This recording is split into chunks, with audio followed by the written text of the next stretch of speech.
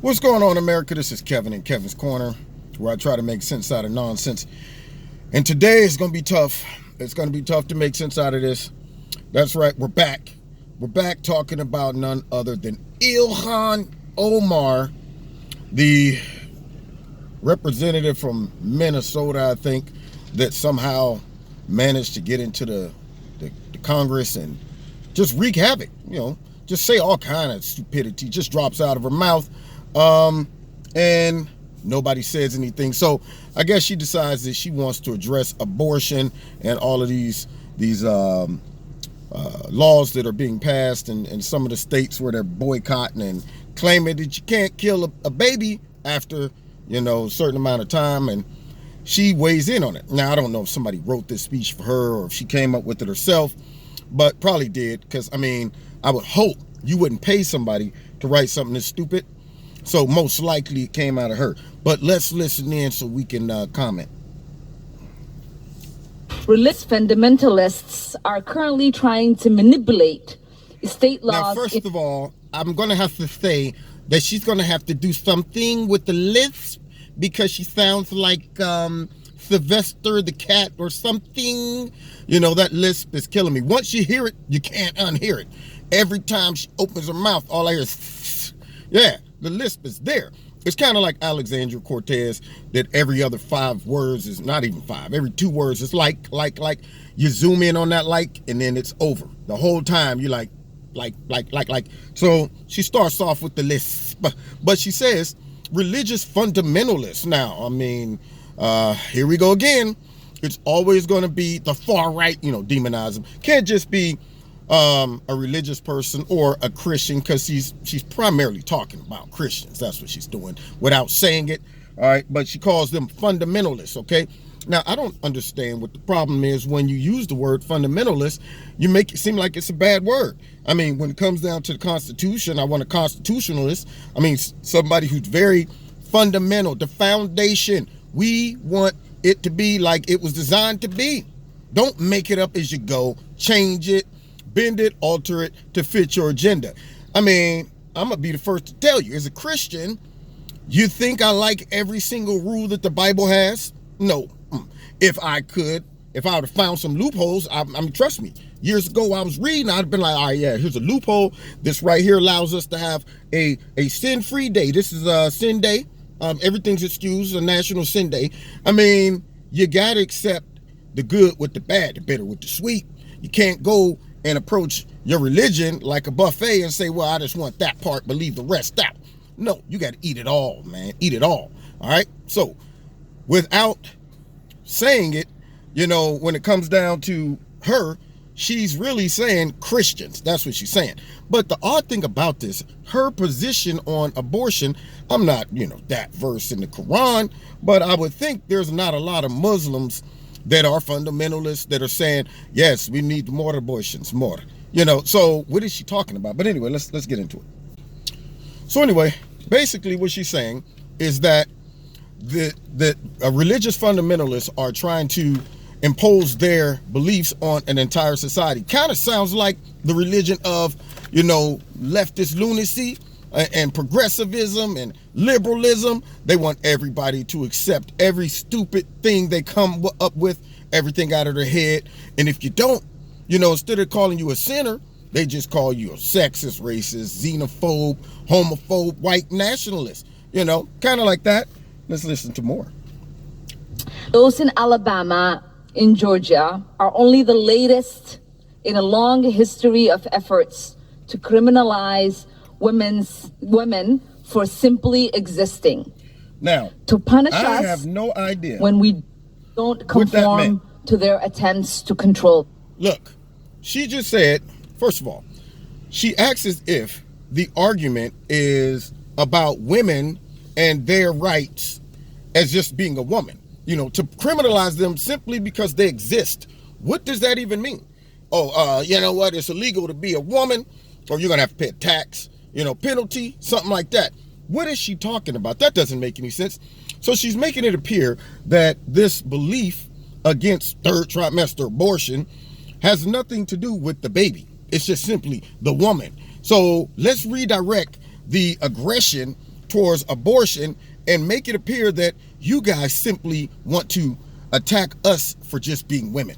Yeah, you're trying to take away our fundamental rights as women. Now, there are things that men could do that I would say, man, if you did that, it's illegal. Back in the day, a man could beat his wife. You know, I mean, she gets out of hand, smack her around a little bit, and nobody say anything. Well, I look at that scenario and I say, you know what?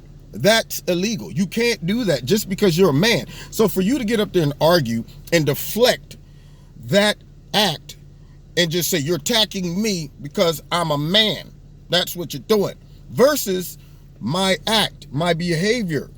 For me to beat a woman, beat a wife or whatever is bad. It's wrong. So I guess you just want me to overlook that and focus on the fact that I'm a man. And you're just trying to take away my rights, which in my mind, I just made up this right that I should have the right to beat my wife. I don't understand what the problem is. And you're trying to set me back. You're trying to take me back under the days of some type of bondage and rule over me. No, I want to beat my wife. I'm going to beat her. Let's hear some more of this garbage. Us. But because it's happening here with the support of the ultra-conservative religious right, we call it religious freedom. It's simply unthinkable. Let's just be honest. For the religious right, this isn't simply about their care or concern for life. Okay. If they cared... First of all, she keeps defining Christians as the religious right, okay, or fundamentalists. All right, so I guess now she's putting us in the category of some great oppressor.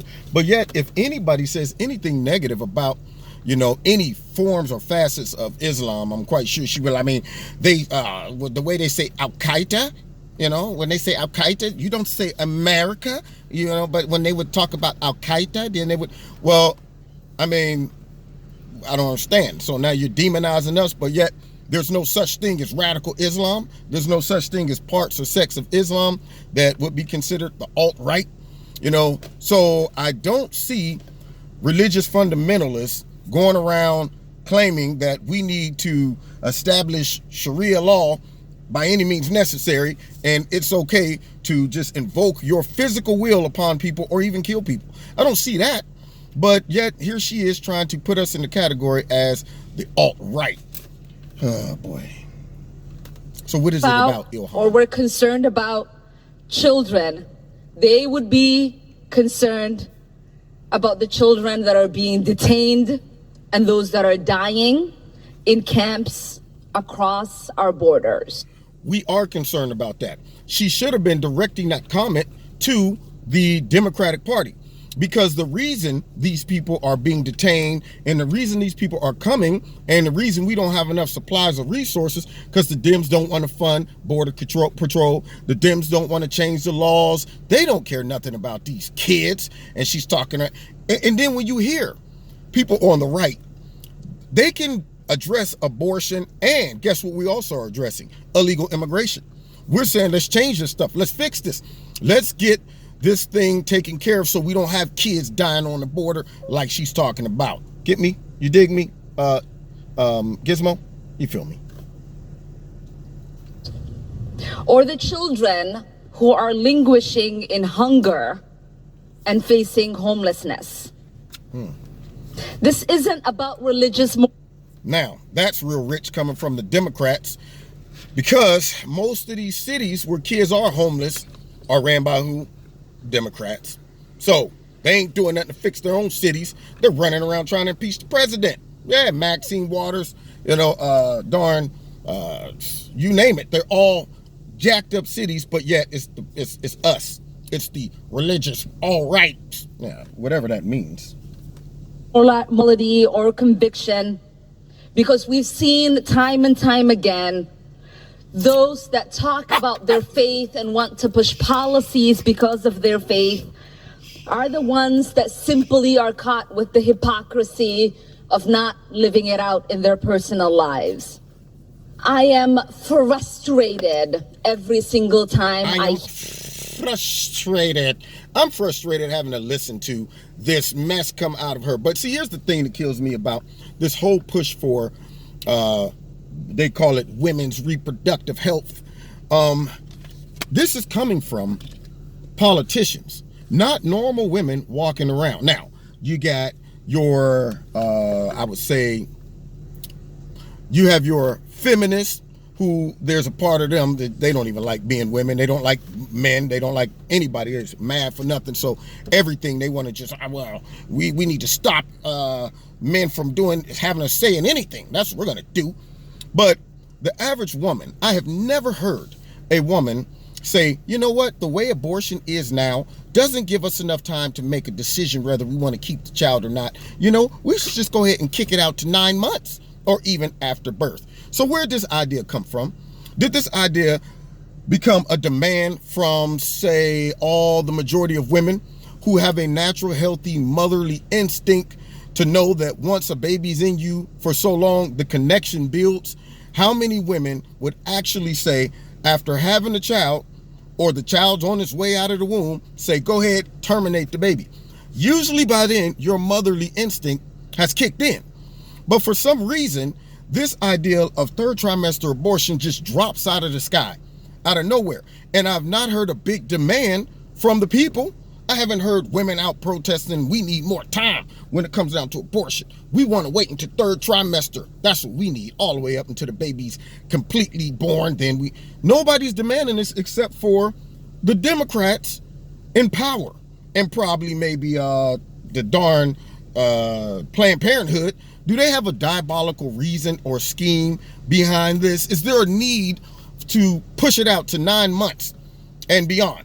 Is there a need? I don't understand. Do you need the fetus to develop to a certain point before Planned Parenthood can sell off parts or do whatever it is they do with the fetuses? I don't understand why this is even an issue, okay? And frankly, some of these more tougher attacks on abortion probably wouldn't have even been drummed up if they wouldn't have went to the other extreme and said we need to get 9 months approved to abort a child. So it's something going on that's making them want to push this out to 9 months. And I smell a rat, frankly. But then you got people like Ilhan Omar coming out and attacking religious people. Whether you are a Christian or some other faith, most religious people, and I would think even Muslims, shouldn't be a big fan of third trimester abortions. So maybe she should go back to the mosque and ask her minister, how do you feel about this? Should we do this? Should I be out there advocating this, pushing for this, and then get some feedback? Because your religious beliefs personally should guide some of your politics, frankly. So when it comes down to life, when it comes down to abortion, especially something that drastic as third trimester abortions, most humans are not ready for that. And to try to demonize them that disagree with that is horrible. That is the worst form of control, domination, and manipulation out there. Trying to make somebody lose their convictions so that you can get your will across by demonizing them and making them seem suspicious for saying, I don't think that's right. So Ilhan Omar can put that back in her pipe and smoke it. Nobody's trying to hear all that gibberish. Right, Gizmo? Come up here, Gizmo. You're bored, aren't you? Yeah, you're bored. Come up here. Say hi to the people. Can y'all see him? Come here, Giz. He done went in the back. I don't think he can get back up here now. Let's see what happens. Let's let this play out. Come on, Gizmo. Come on. Uh-oh, wait a minute. Come on. Yeah, come on. Negotiate it. Yeah, you chicken. Yeah, you're nothing but a big old chicken, Gizmo. Uh-huh. Caw-caw, caw-caw, caw-caw, caw-caw. Like off of Arrested Development. Cuckoo-cha, cuckoo-cha. Have you even seen the chicken? I love that movie. Come on, Gizmo. Come on, make the jump. I'm not going to raise a snowflake dog here. Make the jump. Don't embarrass me in front of all my viewers. Darn it. Anyway, while he's deciding whether he's going to make the jump or not, make sure you hit like, share, subscribe, hit the notification button. Find me every Wednesday night, 7:30 live in Kevin's Corner on YouTube. Also on my radio blog talk show. And check out Extreme Tees. I got some new shirts in the mail today. I'm excited to rock it. All right. If you like what you see, click on it and you'll get a 20% discount by putting my name in the promo code, Kevin. And don't forget to hit like, share, subscribe, and the notification button. And if you want to donate to Kevin and Kevin's, I knew he wasn't a snowflake because he hates snowflakes. Good boy, Gizmo. You made Daddy proud. Yes, you did. You did. Wait, I can't get too emotional. I don't want y'all to think that I'm soft. I want my enemies seeing that side of me. Anyway, but if you want to donate to Kevin and Kevin's Corner, feel free. There's a link in the bottom. Do that as well, and we'll see y'all next time in Kevin's Corner. Right, Gizmo? That's right. Yeah, you're the best.